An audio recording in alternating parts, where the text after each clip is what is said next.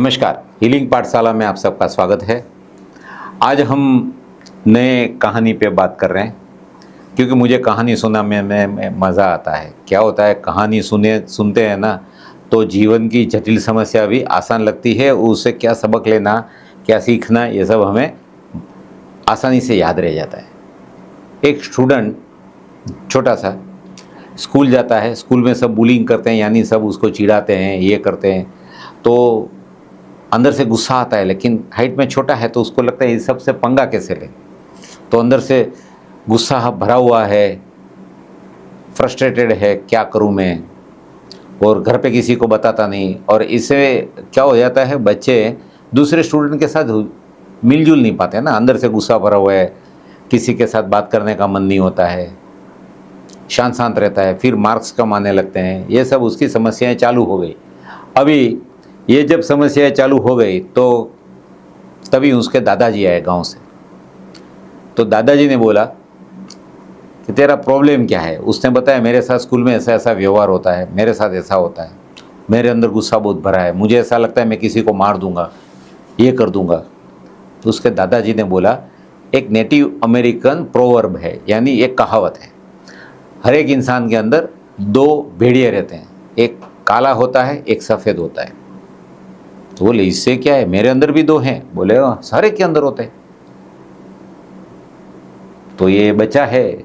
तो बोले आप थोड़ा विस्तार से समझाओ तो अंदर उतरेगा।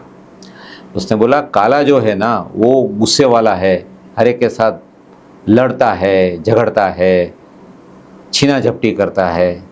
और सफ़ेद, तो बोले सफ़ेद है, शांत है, मायालु है, सबके साथ अच्छी तरह से पेश आता है, दोनों है। फिर बोले बेटा अगर दोनों किसी के अंदर है तो दोनों में से जीतता कौन है। तो बोले डेफिनेटली जो लड़ता है, झगड़ता है, वही जीतता है। बोले नहीं, आप जीतता वही है जिसको आप खुराक दो, खाना दो, फीड करो। आप समझ गए। दूसरा निर्बल होके अपने आप शांत बैठ जाएगा या मर जाएगा। तो हमारे अंदर भी ऐसा है, गुस्सा है, झुंझुनाहट है, ये भी है, और हमारे अंदर दयालुपन भी है, हम दयालु भी हैं। किसी को देख के कंपेशन हो जाता है, ऐसा लगता है ममता जाग उठती है, अरे बेचारे को तकलीफ है। तो आपका कौन सा स्वरूप बाहर आएगा वो आपके ऊपर निर्भर है। आप उसको किस चीज़ को, यानी कौन से भेड़िए को आप खुराक देते हो। अगर ज़्यादा गुस्सा करते हैं तो वो काला वाला बाहर आएगा। तो आपको खुराक देके दूसरे को धीरे धीरे नलीफाइड करना है, यानी नकारना है। राइट। ये बहुत ही इम्पॉर्टेंट चीज़ है। सबके अंदर अच्छाइयाँ भी है, और मैं दुर्गुण नहीं शब्द इस्तेमाल करूँगी, वीकनेस कहूँगी, कमज़ोरियाँ हैं सबके अंदर। तो आप किसको ज़्यादा अहमियत देते हैं, किसको आप पाल पोस के बड़ा करना चाहते हैं। आपने देखा होगा कि गुस्सा वगैरह तो ज़्यादा नुकसान वाली चीज़ें हैं, बट छोटी सी चीज़ जैसे आलस है, छोटे होते हैं तब से आलस शुरू होता है। पेरेंट्स बोलते हैं बेटा पढ़ाई करो, तो कल से करेंगे आता है, ठीक है। फिर और ज़्यादा बड़े होते हैं, लोगों को ऑफिस जाने में भी आलस आता है, घर के काम करने में आलस आता है, कुछ भी करना हो आलस आता है। और फिर जब उनको बोलो कि उनको भी लगता है काफ़ी बार कि ये आलस तो नहीं होना चाहिए, पर तब तक मैं बचपन से लेके बड़े होते हैं तब तक मैं उस आलस को पाल पोस के खुद ही ने इतना बड़ा कर दिया होता है कि फिर उसको निकालना मुश्किल हो जाता है। तो अगेन जैसे आपने कहा कि आप किसको खुराक देकर बड़ा कर रहे हैं, तो मेरे हिसाब से जब बच्चा छोटा होता है तो हर बच्चे में कुछ अच्छे गुण होते हैं, कुछ वीकनेसेस भी होती है। तो जब बच्चा छोटा होता है तो ये पेरेंट्स की और घर में जितने भी लोग हैं, इवन स्कूल्स में भी, ये उनके ऊपर बहुत बड़ी जिम्मेदारी होती है कि बच्चे के अंदर की कौन से गुण को, या कौन से गुण को ज़्यादा आप खुराक दें, और कौन सी ऐसी वीकनेसेस हैं, हर बच्चा अलग होता है, तो वो उस वीकनेस को खुराक ना मिले वैसा क्या क्या कर सकते हैं। तो बचपन से अगर ये चीज़ें डाली जाए तो आगे जाके वो ज़्यादा जिम्मेदार नागरिक बनेंगे और ज़्यादा सक्सेसफुल इंसान बनेंगे, और ज़्यादा नेचुरली कंपैशनेट, जैसे आपने कहा कि उनके अंदर करुणा ज़्यादा होगी तो नेचुरली लड़ाई झगड़े कम होंगे। तो मेरे हिसाब से दोनों जो भेड़िए हैं वो हम सबके अंदर है। जिस दिन सिर्फ एक बचेगा संपूर्ण रूप से, तो शायद हो सकता है आध्यात्मिक उद्धार हो जाए तब, है ना। तो मेरे अंदर कोई वीकनेस नहीं है, ये अनरियलिस्टिक चीज़ है, हम सभी के अंदर वीकनेस है, पर ये जानना कि ये वीकनेस है और उसको पहचान कर उसको निकालना या उसको खुराक ना खुराक ना देना, देना। कि ये मेरे हिसाब से ज़्यादा इम्पॉर्टेंट है।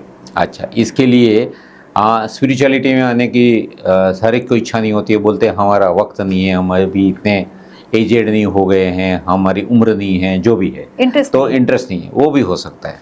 तो सिंपल है, YPV साधना ऐप है, आप उसको डाउनलोड करो, फ्री है, भारत की ऑलमोस्ट सभी लैंग्वेज में उपलब्ध है, फ्री में है। आप आईफोन वाले हैं तो आई स्टोर में भी है, गूगल है तो प्ले स्टोर में भी उपलब्ध है। आप डाउनलोड करें, उसमें जितने कंपोनेंट्स दिए हैं कर लो, हार्डली 5-5 मिनट के हैं। एक मेडिटेशन है जिसमें आपको 10-20 मिनट लगता है, 15 मिनट इनफैक्ट, तो वो करो तो भी आप अच्छे भेड़िए को ही, सफ़ेद वाले भेड़िए को ही खुराक देंगे और वही चीज़ बड़ी होगी। तो ये ऐसा है कि आप उसको कर सकते हैं। और YPV साधना के लिए ध्यान से अगर समझना है तो हमारे पुराने वाले एपिसोड देख लीजिए, उसमें सब कुछ अवेलेबल है। आप कैसे प्रैक्टिस करना चाहिए, क्या करना चाहिए, सब कुछ है। इसके अच्छाइयों से आपको क्या फ़ायदा होगा वो भी उसमें दिखाया है। तो आप अच्छे भेड़ियों को ही खुराक देंगे फिर अपने आप। और इमीडिएटली क्या करें, तो मुझे याद है एक बार सर ने बोला था कि वीकनेसेस हम सभी के अंदर हैं, तो कभी एकदम से गुस्सा आ जाता है या डर लग जाता है, चिड़चिड़ापन आ जाता है या फ्रस्ट्रेट हो जाते हैं या डर लग जाता है। तो ऐसी बहुत सी चीज़ें हैं जो आप कह सकते हैं कि वीकनेसेस हैं, और उस वीकनेस के मारे आप अचानक से कोई रिएक्शन देने जाते हैं। मान लीजिए किसी को कुछ सुनाने जा रहे हैं, या एक्सट्रीम लेवल पे लोग मारपीट करते हैं, या एकदम से जाके सुना देते हैं, कुछ भी भला बुरा बोल देते हैं।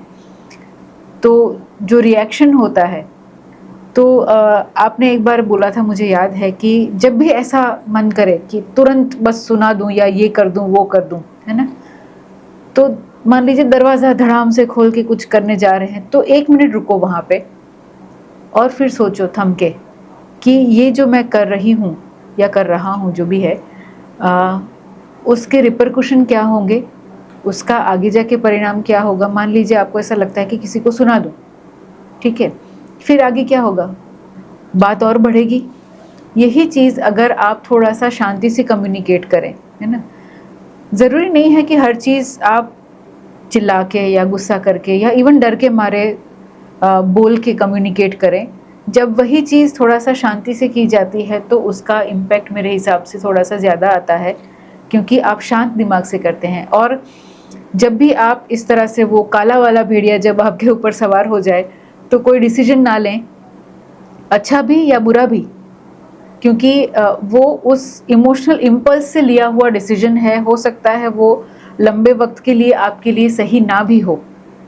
तो ऐसे आउट ऑफ रिएक्शन डिसीजन ना लें, और रिएक्ट करने से पहले थोड़ा सा रुक के ज़रा सोचिए कि मेरे इस इमीडिएट और नेचुरली थोड़े से ज़्यादा इम्पैक्टफुल डिसीजन से क्या होगा या एक्शन से क्या होगा। तो हो सकता है थोड़ा सा सोचेंगे तो काला वाला भेड़िया बैठ के सफ़ेद वाला बाहर आएगा धीरे धीरे। तो ये आदत डालनी पड़ती है, क्योंकि हम इंसान हैं और हमने सभी लोगों को ऐसे ही देखा है कि इमीडिएट रिएक्ट करना, राइट, या और उसमें भी हार्शनेस ज़्यादा होती है काफ़ी सारे लोगों को। तो उसकी बजाय धीरे धीरे धीरे आपके अंदर बदलाव आएगा। तुरंत नहीं आता है, वक्त लगता है, क्योंकि जो आदत डाल के रखी है, वो जैसे आलस को पाल पोस के बड़ा किया है, वैसे ही हम सारी वीकनेसेस को पाल पोस के बड़ा करते हैं। तो ऐसे कैसे छोड़ दें उसको, ऐसे कैसे मैं अपना ईगो या अपना गुस्सा या अपना डर सब कुछ छोड़ दूं कि तब तो संत ना बन जाएं, ऐसा लोगों को लगता है। पर कोशिश तो कीजिए, एक ना एक दिन थोड़ा सा धीरे धीरे धीरे आगे बढ़ना शुरू करेंगे, फिर वो आपकी आदत बन जाएगा। काफ़ी बार क्या होता है, जैसे ये मैंने बोला था, मुझे भी याद नहीं है, लेकिन जैसे दरवाज़ा ज़ोर से टकरा के बाहर निकल जाना गुस्से में, किसी को सुनाना, उस टाइम रुक के सोचना कि आगे क्या होगा, काफ़ी लोगों का नहीं होता है। तो इसके लिए मैं एक दूसरा सुझाव है, आप क्या करिए, अगर गुस्सा आके लगता है मैं उसको एक सुना दूँ मुँह पे, फिर रिलेशन की ऐसी की तैसी, बराबर। तो गुस्सा आया ना, तुरंत क्या करना है, सामने नहीं देखना है, ऊपर या नीचे देखो और मन में 1 2 जल्दी से नहीं, ऐसे 1 2 3 4 5 6 7 8 9 10 गहरी सांस लो, पेट से सांस लो, रोको, सांस छोड़ो, पेट अंदर जाएगा, रोको, फिर से सांस लो, रोको, फिर सोचो कि अभी मुझे क्या जवाब देना है। आप डेफिनेटली आपका रिप्लाई बदल गया होगा। नेचुरली जैसे मैं एक एग्जांपल यहाँ पे शेयर करना चाहूँगी। एक स्टूडेंट हैं जिन्होंने हीलिंग में काफ़ी लेवल सीखे हैं और उनके 2 छोटे से बच्चे हैं, एक कुछ 4 साल का, एक 6-8 महीने का। उन्हें एंग्जाइटी अटैक और पैनिक अटैक बहुत ज़्यादा आते थे, जिसकी वजह से वो हीलिंग सीखे। तो वो मुझसे पूछते थे हीलिंग में क्या करूं, तो मैं गाइड किया करती थी कि ऐसे ऐसे हीलिंग करिए आप, पर लंबे वक्त तक रेगुलरली करना पड़ेगा क्योंकि बहुत अरसे से एंग्जाइटी और पैनिक अटैक्स आते थे। कोई 2 लोग लड़ते हो जिनसे इनका कोई लेना देना नहीं है तो भी पैनिक अटैक आता था, ऐसा था। और अगर कभी परिवार में ऐसा कुछ हो गया, मान लीजिए उनके हस्बैंड और सासू माँ के बीच में भी लड़ाई होती है, तो पैनिक अटैक्स आते थे। तो जैसे आपने कहा कि उस टाइम पे शांति से बैठो, ब्रीदिंग लो, गहरी सांस लो। तो वाईपीवी साधना ऐप में हम जिस ब्रीदिंग के बारे में बात किया हुआ है पहले भी, मैंने उनको नहीं तो 1000 बार बोला होगा कि आप ब्रीदिंग करो। हर बार पिछले 3-4 साल में उन्होंने इतनी बार मुझसे कहा कि मुझे पैनिक अटैक आ रहे हैं। तो ऑफकोर्स हम हीलिंग करते हैं, सपोर्ट करते हैं वो सब, बट हम नहीं चाहते कि वो लाइफ टाइम हमारे ऊपर डिपेंडेंट रहे, उन्हें खुद को तो स्ट्रॉन्ग बनना है। तो पहले जो चीज़ ऑल्टरनेट डे हुआ करती थी, अभी उसकी फ्रीक्वेंसी बहुत कम हो गई है। 3-4 महीने में एक आध बार ऐसे फील होता है, क्योंकि आसपास के लोग तो उतने नहीं बदले हैं, बट इनमें बदलाव आ गया है कि शांति से ब्रीदिंग करने से वो पैनिक अटैक वाला जो वुल्फ बाहर आ जाता था, वो अब धीरे धीरे शांत हो गया है, क्योंकि उसको खुराक नहीं मिल रही है। तो सिर्फ रेगुलरली ब्रीदिंग फॉरगिवनेस करने से उनके panic attack I can say 70 to 80% से ज़्यादा कम हो चुके हैं। अभी बाकायदा पूरा हीलिंग तो किया ही नहीं है, क्योंकि उनके बच्चे बहुत छोटे हैं और जिम्मेदारियां ज़्यादा है, तो पूरा टाइम नहीं मिलता है उनको, पर वो ब्रीदिंग और फॉरगिवनेस कर लेती है। गुड। ओके, तो ये एक बहुत अच्छा एग्जाम्पल है कि आप ऐसी बहुत सी वीकनेसेस हैं जिसमें से आप बाहर निकल सकते हैं। तो इससे मुझे एक और भी सुझाव आया कि वाईपीवी साधना ऐप है, फ्री में है, आप मैक्सिमम लोगों को गाइड करिए, वो डाउनलोड करें।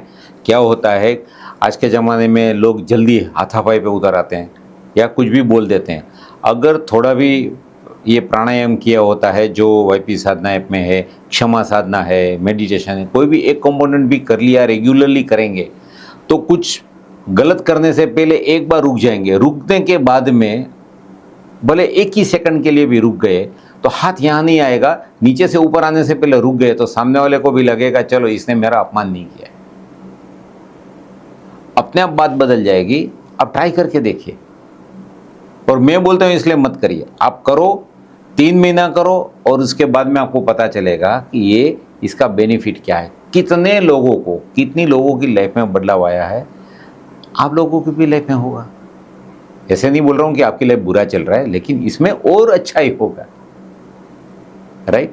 और बदलाव ऐसी चीज़ है, जैसे आपने कहा, बदलाव अंदर से आए खुद तो वो ज़्यादा अच्छा है। जैसे अंडा जो है वो अंदर से टूटता है, अंदर से बाहर की तरफ, तो एक जीवन बाहर आता है, बाहर से तोड़ा जाता है तो जीवन ख़त्म हो जाता है। ओके, तो बदलाव भी अंदर से आना चाहिए। फोर्सफुल जो होता है वो तो नियम होते हैं जिसका पालन करने का किसी को मन नहीं करता है, पर जब अंदर से बदलाव आता है विदाउट एनी एक्सटर्नल फोर्स, तो वो ज़्यादा लॉन्ग लास्टिंग होता है और धीरे धीरे वो आपका स्वभाव बन जाता है।